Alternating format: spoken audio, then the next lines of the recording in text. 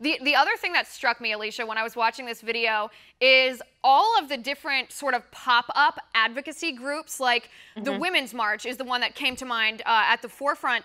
This is counter to everything that they have been advocating for the past 2 years. This whole idea of intersectionality, President Obama, who's still sort of the de facto leader of the Democratic Party, just decimated that.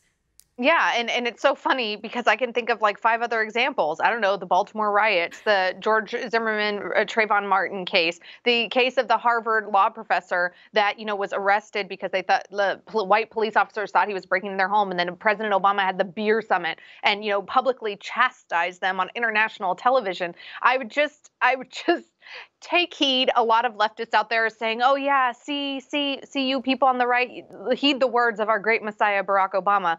But once again, he isn't in the White House anymore. He isn't commander-in-chief anymore. And when he was, this was not the behavior that he exhibited, let alone the language that he exhibited. And I thought, we've been hearing a lot from libs this week.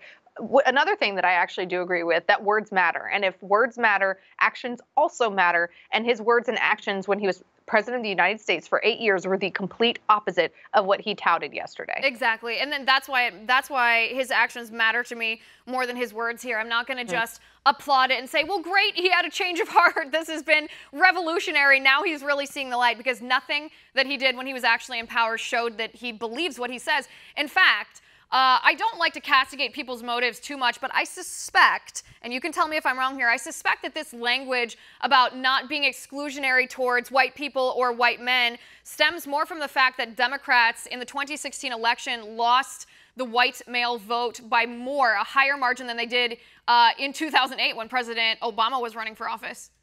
Yeah, and I think additionally, he has to be concerned not just for that white male vote that Democrats are losing, but that in 2016, part of the reason why President Trump was able to win is because voters that got out and voted for Barack Obama's reelection in 2012 were kind of lackadaisical, and they weren't that excited about Hillary Clinton in 2016. So it was those non-voters that typically tend to be Democratic voters that helped push President Trump, if you look at the data, over the edge, specifically in places like the Rust Belt in Wisconsin. So he is definitely, he's looking at some of the rhetoric in Washington. I think he's looking at the voter information, and he's trying to pull those people back in because, like you said, he is currently the de facto leader of the Democratic Party, and leftists everywhere are just waiting to see what he and Michelle do and begging them for their help at this point, because the Clintons have definitely fallen by the wayside.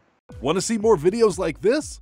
Click on the link below and subscribe to One America News on YouTube, and call your cable provider and kindly demand that One America News is added to your lineup. Call and subscribe today.